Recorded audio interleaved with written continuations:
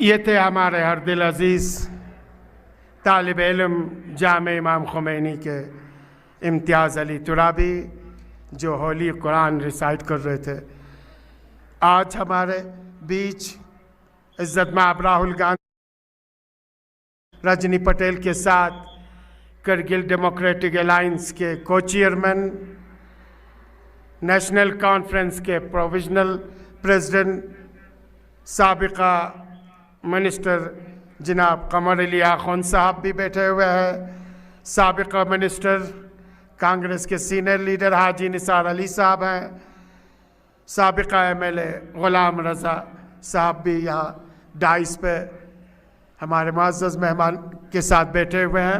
मैं आपके और मुअज़्ज़ज़ मेहमानों के दरमियान कोई भी लम्हा दिए बग़ैर मैं दिल से जनाब राहुल गांधी जी का लद्दाख की सरज़मीन पे एक हफ़्ते के दौरे के लिए और नुब्रा से लेकर चांथा से लेकर लेह के डिफरेंट इलाक़ों से होता हुआ करगिल, ज़ंस्कार और यहाँ से निकल के द्रास से होते हुए श्रीनगर की तरफ तशरीफ़ लेंगे इस लद्दाख के एक हफ़्ते के मुकम्मल दौरे के लिए, और जिसमें आपने जवानों से, बुज़ुर्गों से, ख़वातीन से, बच्चों से, सभी से अपनी मन की बात की।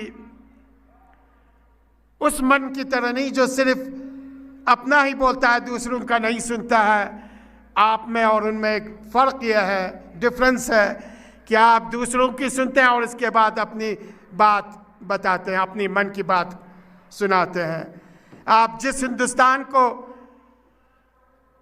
आपके पुरखों ने, आपके बुज़ुर्गों ने, गांधी जी ने, नेहरू जी ने, पटेल जी ने, मौलाना आज़ाद ने और हज़ारों शहीदों ने सींचा, उस हिंदुस्तान को फिर एक बार बनाने के लिए, वो हिंदुस्तान जहाँ गंगा जमनी तहजीब बहती है, वो हिंदुस्तान जहाँ हिंदू, मुस्लिम, सिख, ईसाई, बुद्धिस्ट, जैन सभी एक साथ माला में परोए हुए फूलों की तरह खुशी के साथ, मोहब्बत के साथ, प्यार और अमन और भाईचारे के साथ जिंदगी बसर करते हैं।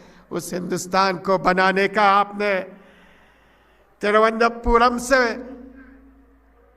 झंडा गाड़ के आपने मन बना ली और 4000 किलोमीटर चल के आपने बता दिया कि हम उस हिंदुस्तान को बनाना चाहते हैं जिसमें प्रेम हो, मोहब्बत हो, अमन हो, भाईचारे हो और सिर्फ मोहब्बत के सिवा नफरत का नाम निशान ना हो। आज करगिल के लोग आपको सुनना चाहते हैं। उसी मोहब्बत, उसी प्रेम, उसी भाईचारगी से हमें उम्मीद है कि आप जो कुछ भी देखना चाहते हैं और बनाना चाहते हैं, उन्हीं बातों से हमारे करगिल के आवाम को मुस्तफ़ीद करेंगे। मैं दिल की अता गहराइयों से इज़्ज़त माब राहुल गांधी जी को डाइस पे दावत देता हूँ कि वो करगिल के आवाम से खिताब करें। जनाब राहुल गांधी जी।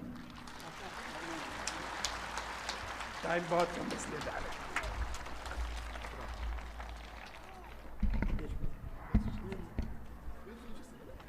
रजनी पाटिल जी, असगर करबलाई जी, कमर अली खान जी,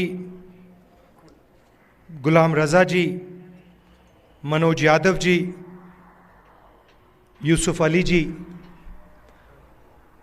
कांग्रेस पार्टी के हमारे प्यारे कार्यकर्ता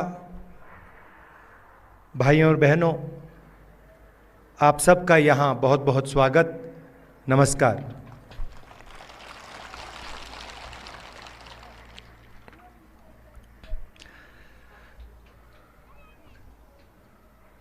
कुछ महीने पहले कन्याकुमारी से हम कश्मीर तक चले थे। यात्रा को हमने भारत जोड़ो यात्रा नाम दिया था और हमारा लक्ष्य जो बीजेपी और आरएसएस देश में नफरत और हिंसा फैला रहे हैं, उसके खिलाफ खड़ा होना, देश में भाईचारा, मोहब्बत फैलाने की हमने कोशिश की। यात्रा का मैसेज था बहुत अच्छा नारा, जो यात्रा में से निकला था, नफरत के बाजार में हम मोहब्बत की दुकान खोलने निकले हैं। और यही आपकी सोच है। पिछले दिनों में अपनी आंखों से मुझे यह देखने को मिला।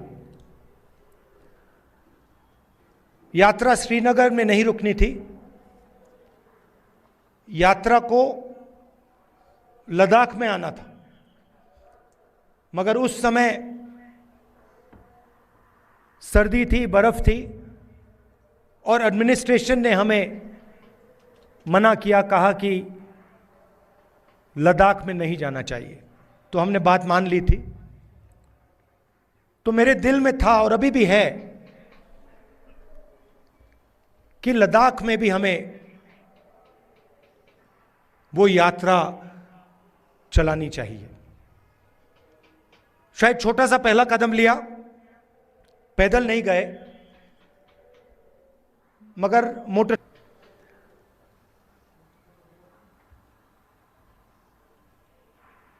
और लद्दाख के कोने कोने में मैं गया,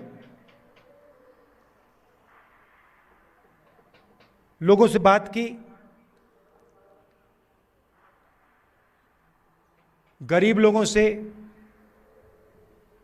माताओं बहनों से, युवाओं से, और जो आपके दिल में है उसको समझने की कोशिश की। दूसरे नेता हैं, वो अपनी मन की बात करते हैं। मैंने सोचा मैं आपकी मन की बात सुनूं।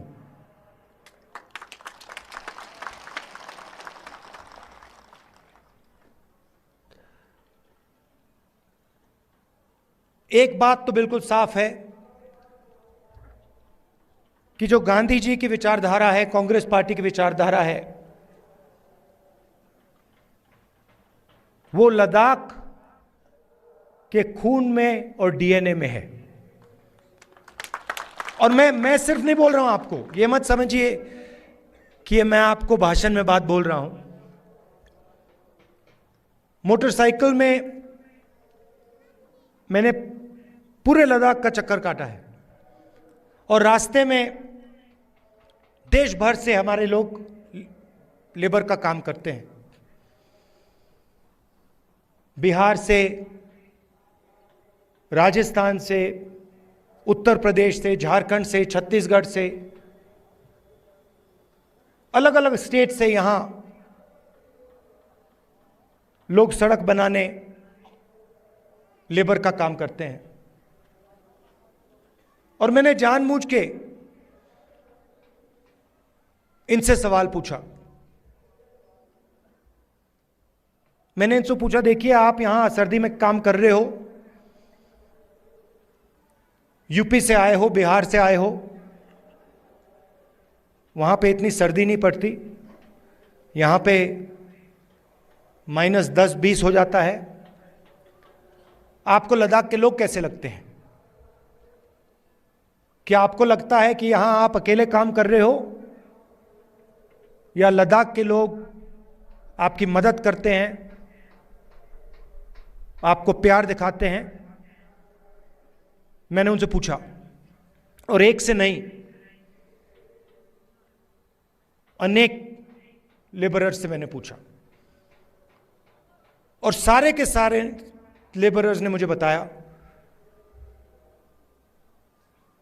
कि हम अपने घर से हजारों किलोमीटर दूर हैं, हमारा परिवार यूपी में है, बिहार में है, मगर लद्दाख में हमें ऐसा लगता है कि हमारा दूसरा घर है।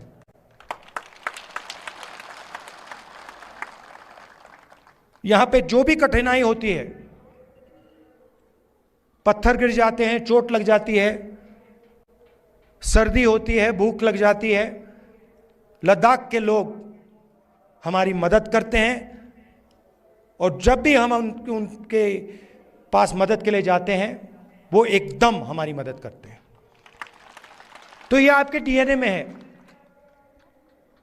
आप एक साथ इज्जत के साथ बिना नफरत के रहते हो, और जो कांग्रेस पार्टी विचारधारा है वो आपके दिल के अंदर है। तो इस दौरे में आपने मुझे क्या बताया? सबसे पहले आपने बोला कि जो आपका रिप्रेजेंटेशन होना चाहिए,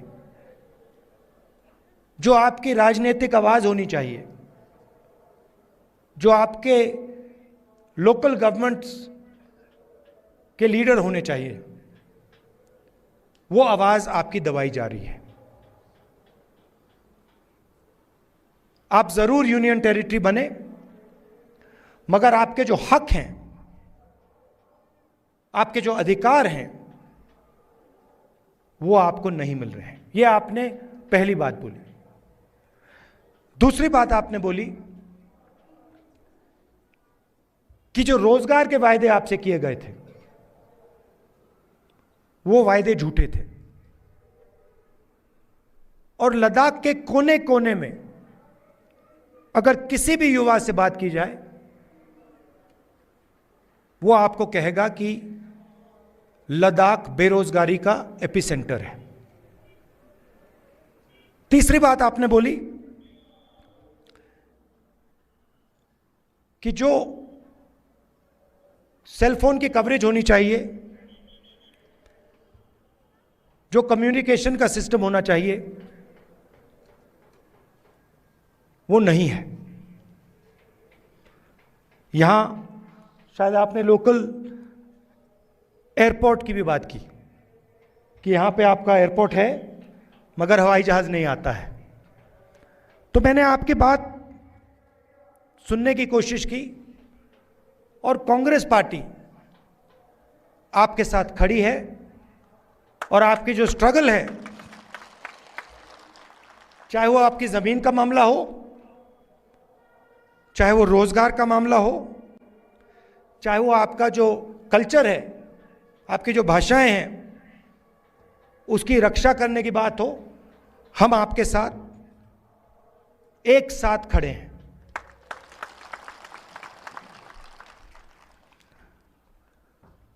यहां पे सब लोग जानते हैं कि बहुत सारे नेचुरल रिसोर्सेज हैं। 21वीं सदी में सोलर एनर्जी की बात की जाती है, और लद्दाख में सोलर एनर्जी की कोई कमी नहीं है। बीजेपी के लोग ये जानते हैं, समझते हैं कि अगर आपको रिप्रेजेंटेशन दिया जाए तो फिर वो आपसे आपकी जमीन नहीं छीन पाएंगे। मामला जमीन का है, और बीजेपी के लोग जो आपकी जमीन है आपसे लेना चाहते हैं। अदानी जी के बड़े बड़े प्रोजेक्ट्स यहां लगाना चाहते हैं, और उन प्रोजेक्ट्स का फायदा आपको नहीं दिलवाना चाहते हैं। हम ये कभी होने नहीं देंगे।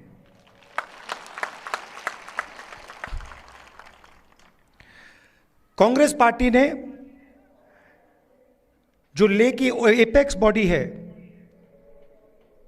और कारगिल डेमोक्रेटिक अलायंस जो है, और इनकी जो डिमांड्स हैं, उनका हमने पूरा समर्थन किया है।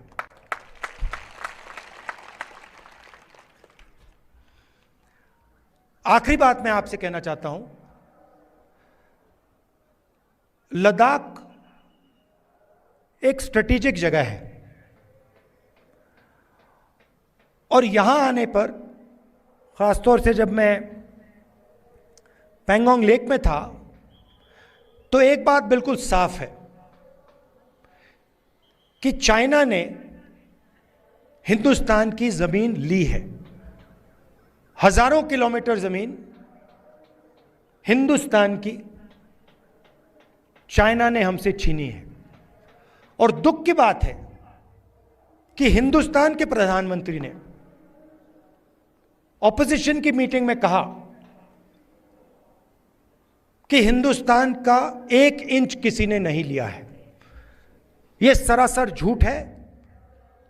लद्दाख का हर व्यक्ति इस बात को जानता है कि लद्दाख की जमीन चाइना ने हिंदुस्तान से ली है और प्रधानमंत्री जी सच नहीं बोल रहे हैं। और आपका जो रोल रहा है, खासतौर से कारगिल का रोल रहा है, उसके बारे में मैं कहना चाहता हूं। जब भी हिंदुस्तान को आपकी जरूरत पड़ी है, जब भी बॉर्डर पे युद्ध हुआ है, तो कारगिल के लोग एक आवाज के साथ हिंदुस्तान के साथ खड़े हुए हैं। यह आपकी हिस्ट्री है। यह आपने एक बार नहीं, अनेक बार देश को दिखाया है। तो मैं इसके लिए आपको दिल से धन्यवाद करना चाहता हूं और आपको आश्वासन देना चाहता हूं कि इस देश में बहुत सारे धर्म के लोग हैं, अलग अलग जात के लोग हैं, अलग अलग भाषाएं बोलते हैं लोग।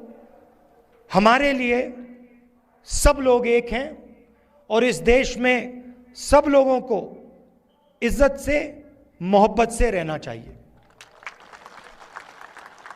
आप यहां आए, आपने अपना कीमती समय मुझे दिया, इसके लिए मैं आपको दिल से धन्यवाद कहना चाहता हूं। और अंत में कहना चाहता हूं कि अब मैं लद्दाख के चारों ओर घुमा हूं और शायद यह हिंदुस्तान की सबसे सुंदर जगह है और यहां के लोग दिल से बात करते हैं, प्यार से बात करते हैं। इसके लिए आप सबको बहुत बहुत धन्यवाद। नमस्कार, जय हिंद, सलाम।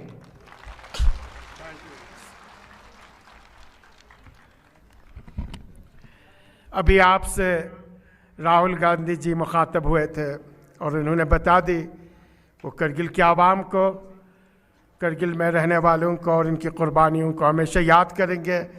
और हिंदुस्तान के सबसे बड़े ऐवान, सबसे बड़े हाउस में करगिल की आवाज़ बन के, लद्दाख की आवाज़ बन के, न सिर्फ वो ख़ुद बल्कि उन्होंने ये वादा दिलाया कि पूरे कांग्रेस के लोग आपकी आवाज़ बन के आपके हुकूक़ के लिए आवाज़ उठाते रहेंगे।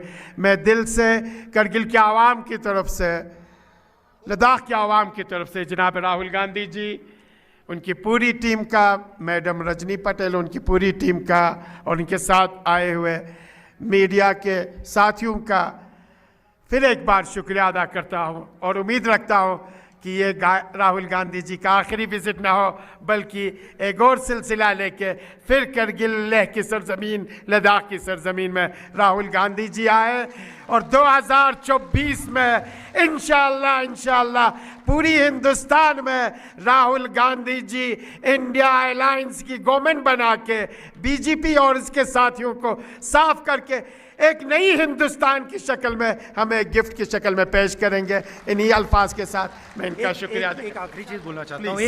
एक आखिरी चीज़ बोलना चाहता हूँ। लद्दाख के हर रीजन में आपके लोकल इश्यूज़ हैं और लद्दाख के भी सेंट्रल इश्यूज़ हैं। और मैं आपको कहना चाहता हूँ कि अगला जो पार्लियामेंट सेशन होगा उसमें मैं आपके जो मेन मुद्दे हैं उनको पार्लियामेंट में आपके लिए उठाऊंगा। धन्यवाद सर।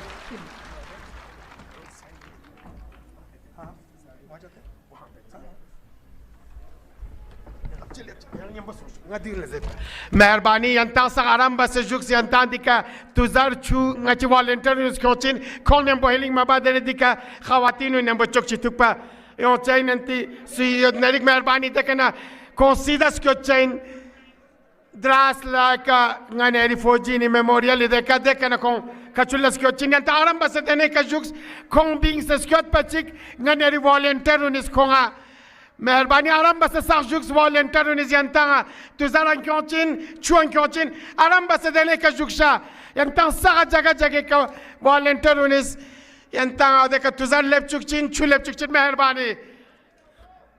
मेहरबानी डांग चिंग आराम बस जुक्शा